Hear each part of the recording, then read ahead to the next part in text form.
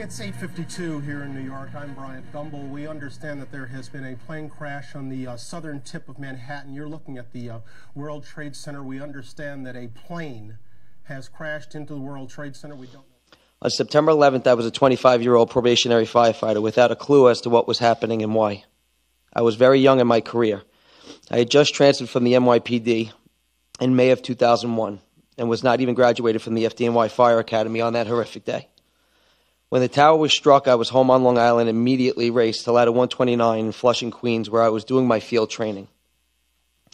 Within minutes of my arrival, we started to respond to Lower Manhattan. During our response, we were notified of the collapse of the South Tower of the World Trade Center, and a fellow firefighter turned over to me and said, "Do you know how many guys we just lost?" Flight 11, a 747 aircraft, was hijacked by 5 al-Qaeda members who killed and injured several passengers and crew to get to the cockpit. The flight attendants contacted American Airlines, but the flight couldn't be stopped. At 8:46 a.m., Flight 11 flew into the North Tower, immediately killing all 93 aboard. Flight 175 departed at 8:14 a.m. from Logan Airport en route to Los Angeles. At 9:03 a.m., United Airlines Flight 175, also a 747 aircraft, flew into the South Tower, killing all 65 people aboard. Almost 3,000 people were killed in the terrorist attacks on September 9, 2001. Behind the attacks was an Islamic group called Al-Qaeda, led by Osama bin Laden.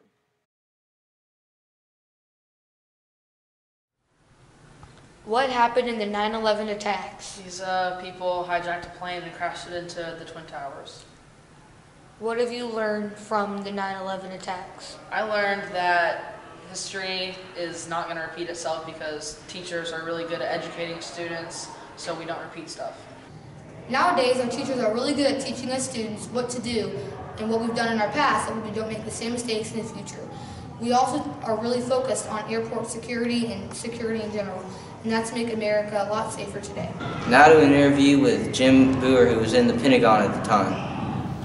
What were you doing on the morning of September 11, 2001? I was in Washington, D.C., working with Indiana University, and had an executive education program there for the Department of the Navy. And I was coordinating a class where we were going to the Pentagon to meet with the Undersecretary of the Navy. How far were you from when the plane hit?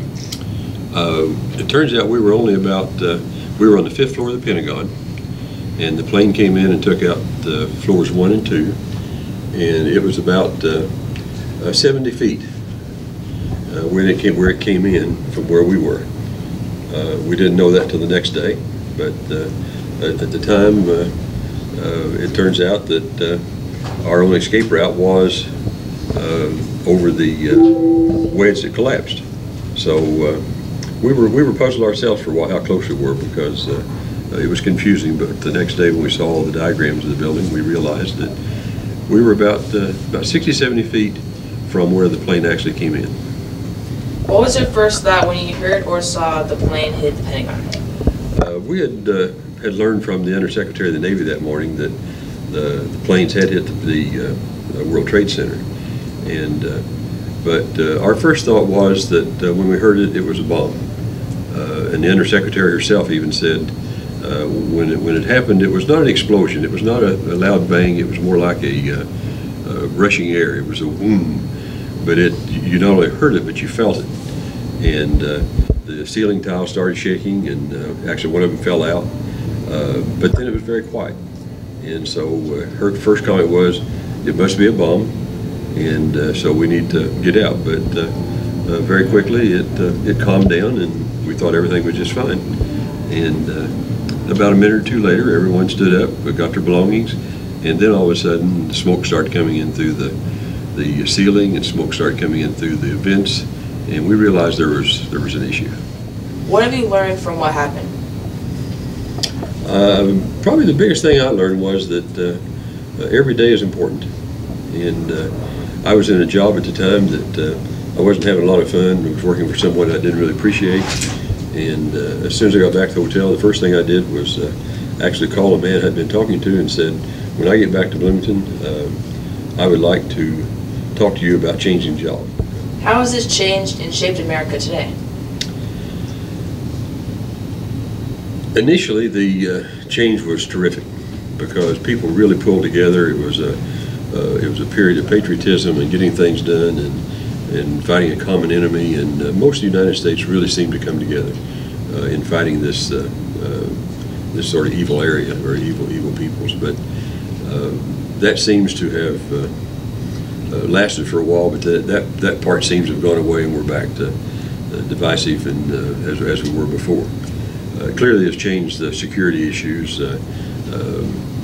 You're not as free to move about where you want to go. You can't go to a lot of places you'd like to go because just too many security issues, too many concerns about what could happen, and obviously realize it can. So, but that was one of the first really major terrorist attacks on the U.S. soil, and it shook people up and made them realize there's some evil people out there. But long reign, it had some good things initially, and in many ways we're back to where we were before.